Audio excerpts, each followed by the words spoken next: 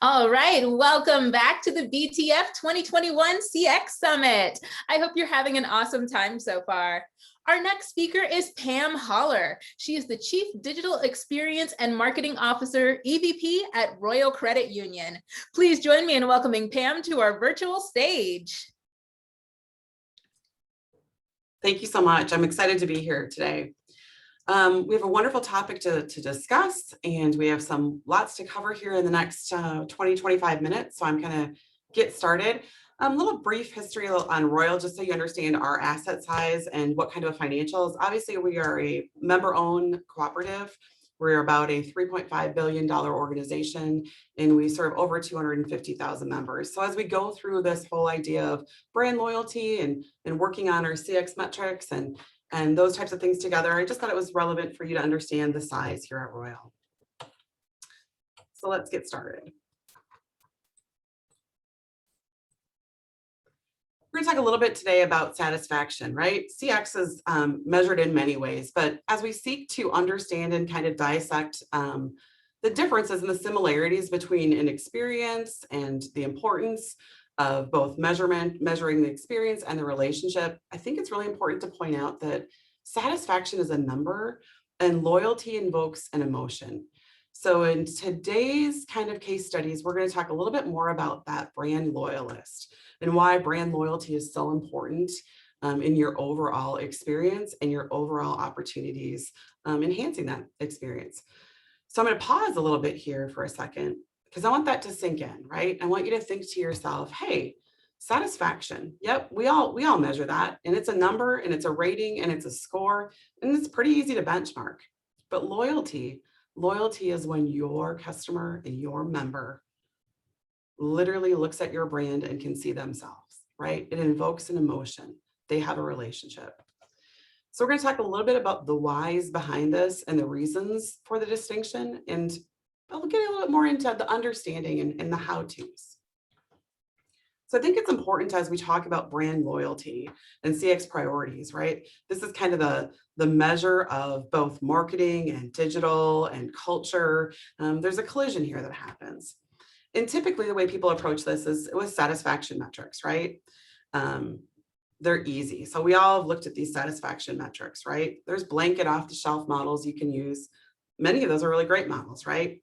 I think some of you probably listening today understand NPS or customer effort score. And I'm not knocking any of those. I think those both have a really great opportunity for the use of our data and seeking to find a relationship and even the ability to benchmark, right? Major corporations, both financial, non-financial, use those metrics. But I think lots of those lately have been debated. So I'm going to kind of leave those on the shelf and not go deep into those today. I'm going to go into first kind of the key attributes about that brand loyalist, right? So that brand ambassador, they're self-appointed and they consume our products and our services and they engage in sharing with our experiences, and we have data on them and how they interact with us.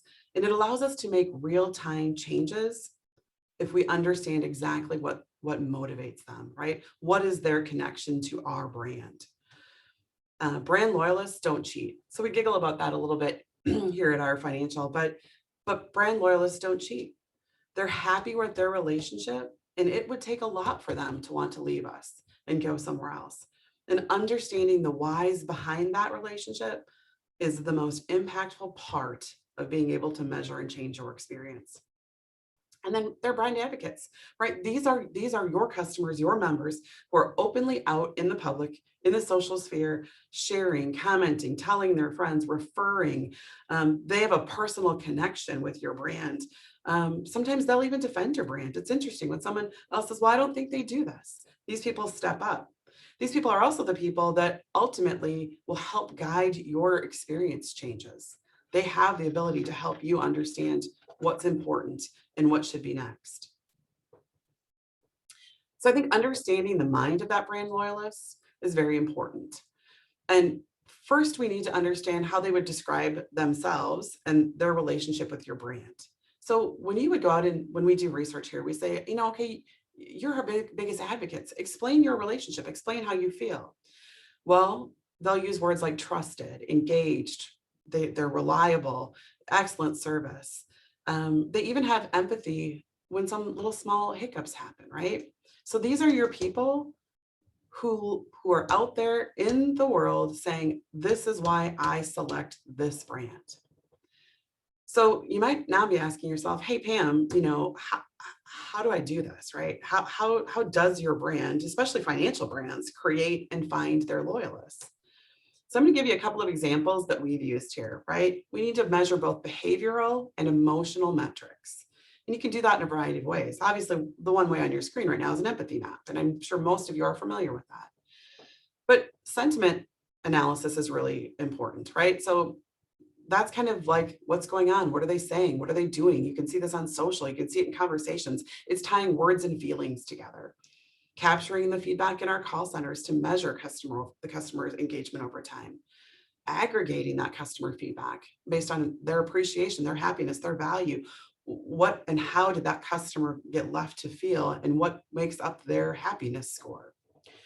And then probably one of the things that I think a lot of people miss a little bit when they're doing this is that whole team member engagement, right? That employees' engagement with your customers and those wow moments. Sometimes those wow moments aren't huge things, but they're impactful things. And if you can compile all of these metrics along with your transactional metrics, you can start to delineate your brand loyalists. And this is going to help you arrive at who those loyalists are. Who are those members who literally are out there once again talking about you? And don't forget, as you look to your brand loyalists, one of the other mistakes, one of the little hiccups we sometimes have is people start to look at product loyalists. So you want to make sure that they have a relationship with your brand, your overall organization, not just one of the products or services that you actually offer. So you might be asking yourself, okay, where do I go? Where do I go wrong, right? When I'm seeking my brand loyalists, where could I go wrong in this process? I think that's important to talk about today. And here's where we go wrong. We go wrong when we only utilize transactional data to find them, right? That data is extremely important, and it allows for us to clearly understand what they're doing, how they're doing it. But if we stop at just transactional behavior and don't get into the true relationship, that emotional relationship customer effort, that is where we can go wrong. So to do this right, here's where I would suggest that you start and ask yourself these questions. How would you define what is a good or bad relationship with your customers, your clients? And not from a revenue perspective. Many people will start down that revenue perspective. That is not it. From a loyalty perspective, what would you say? It's a great question to ask internally in your own organization, and then even to your customers.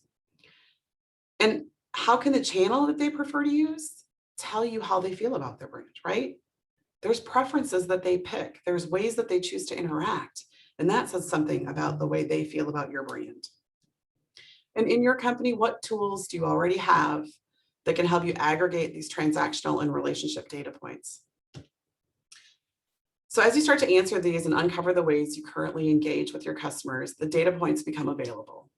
The problem is that most CX professionals, they just stop at the transactional data and they don't push on to seek to uncover the true wow moments in their experiences. It is truly the wow moment that helps to build the relationship with the customer. So here at Royal, we find the wow moments with our brand loyalists by how they align with our core values and our core purpose, along with our team members delivering on that experience. So I'm going to talk a little bit more about that. I think in order to truly understand the brand loyalist, we can all use this pyramid as an example. I would say that this pyramid is a typical organization, but where this pyramid gets different is how each organization and each really customer interacts with that, right? Because the brand loyalist, that customer is unknowingly interacting with each parts of this pyramid every single day. So let's take first the voice of the customer. This is where you're going to find your transactional and relationship metrics. Whatever you're tracking right now, that's where I would put it. You'll get back to things that you could track. But if you were going to leave this session today and say, I want to start to work on that, put those metrics right in the voice of the customer. Then I would look at the performance metrics, right? What's in the performance metrics? Well, these are the numbers of products and services and the way your consumers use them over time, how many they have, what do they do, how long do they keep them? This is really more about how they consume your products and probably even a little bit about that revenue model, right? So back to that question of, what drives revenue from a product perspective, that's what's in this box. Then that whole idea of process and infrastructure. And you can see that there's preferred processes. You can understand what that loyalist wants, what impacts them, and the changes that they make to enhance their experience all live here, right? So for all of us that are deep in this CX opportunity, this is where we can go in, watch them, see where they're getting hung up, see where those changes need to happen, and then effectively make and implement an easier, more effective system. That happens right here in that process and infrastructure. Then culture. And I'm going to pause just a little bit here because culture is extremely important. And I think what I want everyone to do is, as you get to this box in your culture review, I think the one thing you need to ask yourself is, what is our culture? And how would someone identify it, both internally as an employee and team member and externally as a customer? Because it can't just be words that live on a wall. They need to be brought to life. Organizational alignment. This is that cross-functional group of employees who consistently deliver on those wow moments, right? Those are those people who interact every single day with our customers, and they provide our customers what they want and need. This gets us to the top of the pyramid, right? That is what I would say is the holy grail. This is the experience promise. This is where the loyalist lives. This is where CX metrics and brand loyalty come together to create your brand advocates. That is when all of these are working in harmony, you have arrived and you have found your brand loyalist. So where do we go wrong? Of course we go wrong. We all make mistakes. We all have to reassess. We have to watch what's happening. So you might be thinking, this seems kind of easy, right? But you can quickly get off course. And how does that happen? Well, the focus is off, right? While the intention might be the right alignment in the intention might be right, the right alignment in the organization isn't. Something is going on internally in the organization that is causing friction. We forget to ensure that our service alignment meets the customers where they're at, right? We don't want to expect the customers to come find us. We need to make sure that our service is where they are, when they need us, and maybe to some extent, focusing on that transactional data to help us understand where we need to provide those services. But if we focus too much on that transactional data and impacting the changes just on that side, you're going to lose sight of the relationship, right? So keeping that holistic relationship. If we change this, what happens to the relationship with that? And then we need to continue to reimagine our financial institutions from the viewpoint of those loyal customers. What is resonating with them and what isn't? And take it seriously and try to make real-time changes. We need to ensure that the brand loyal customers are a growing population. One of the ways people go wrong is they're fixing everything for this population, but that population isn't growing. So if your brand loyalists are not an emerging market and they are really kind of part of your just established declining population, you need to pay attention to that as well. And then don't hide your core values, right? What do you stand for? What does your company stand for? What do your team members stand for? How are you engaged? And truly live them and bring those to the forefront for your customers to engage with them. So making sure your team members know those core values, they live them, they can operationalize them, because as without them, they won't find the loyalist. And you'll get quickly confused and led astray just by your great transactional CX metric changes, but you'll leave the loyalists behind. So what should we do? Well, one of the first steps you need to take is to understand your brand's value proposition. And how that resonates against the competition. I would do this both internally with staff and externally with your customers, right? Do a brand message assessment. Are the messages transactional versus relational? And how do you change them? And how do you measure them?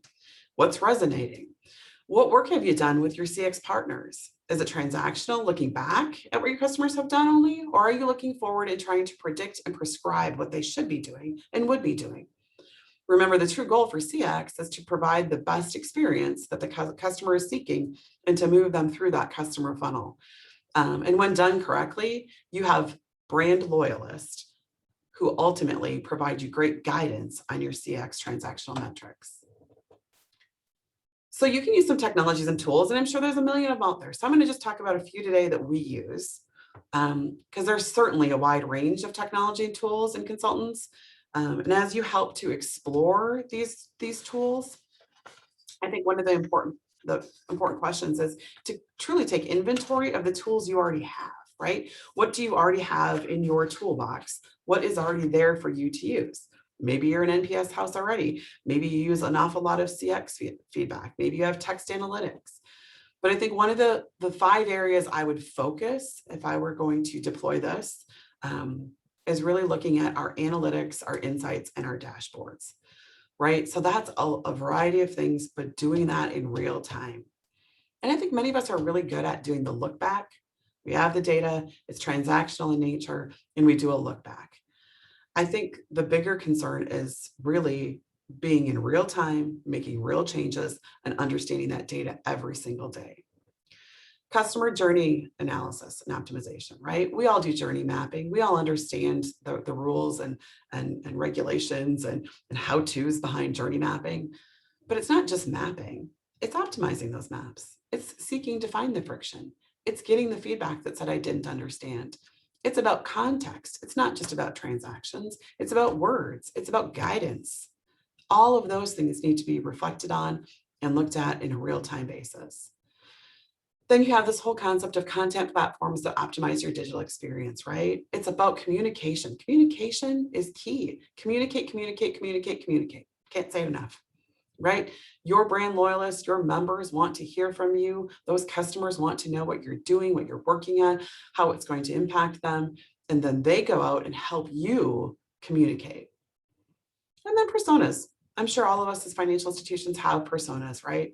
And we have persona awareness. Who is that person that we are seeking to acquire, right? And then being able to take that personalization, that persona, put it down to that person level and do that real-time communication, right? That individual approach to here's what we're telling you, here's how you can engage with it, here's the next best product, here's the next best thing, here's what's going on, and making it about them, right? They don't want a generic message about something they might be interested in maybe someday.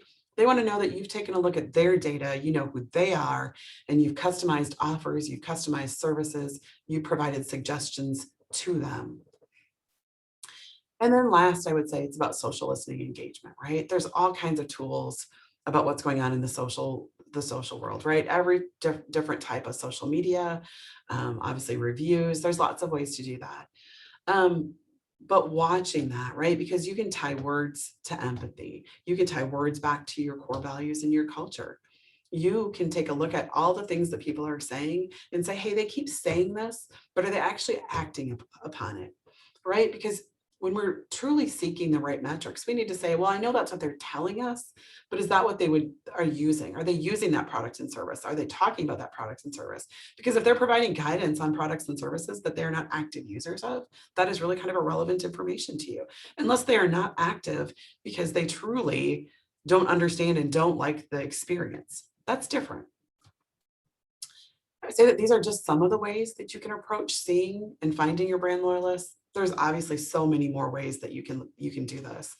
And engaging with them in real time with real feedback is the optimistic best approach. And there really isn't an off-the-shelf approach to brand loyalty. It's truly seeking to take a deep dive into your own financials, core purpose, core values, in aligning your organization with your customers. Your customers need to feel that relationship that they have with your brand. And then ensuring your services and your products and your delivery are spot on. And I know many of us have been in those conversations in our organizations where it's like, well, what about this new product? What about this new product? What about this new product?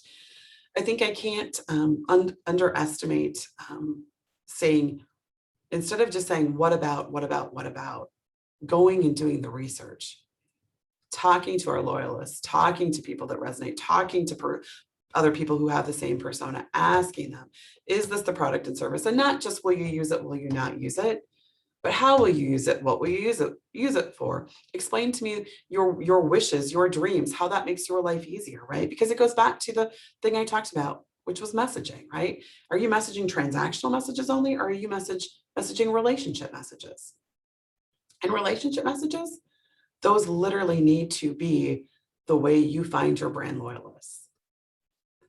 So I'm going to pause there because I think at this point, I've kind of wrapped up a little bit of the how-tos and the where fors. And I think it's time for us to maybe start to engage in a conversation. And I'm open to taking questions and feedback about this information. But the one thing I think I need to really leave you with today is the fact that it's an opportunity. Brand loyalty is an opportunity for you to take a look at your customers, to take a look at your team members, to say, how are we aligning our values, our mission, our vision, our products, our services to deliver on some of the best really CX metrics that drive loyalty as well as transactional success. I appreciate your time today. Thank you very much. Wow, thank you, Pam. Thank you for sharing these insights with us. I can hear this virtual audience giving you a huge round of applause. We really appreciate you sharing with us today. Thanks for having me. Thank you. For the audience, it's time for you to make your way to your next session. Along the way, make sure you accept your connection request and take some time to check out our amazing exhibits. Thanks so much, and we'll see you around.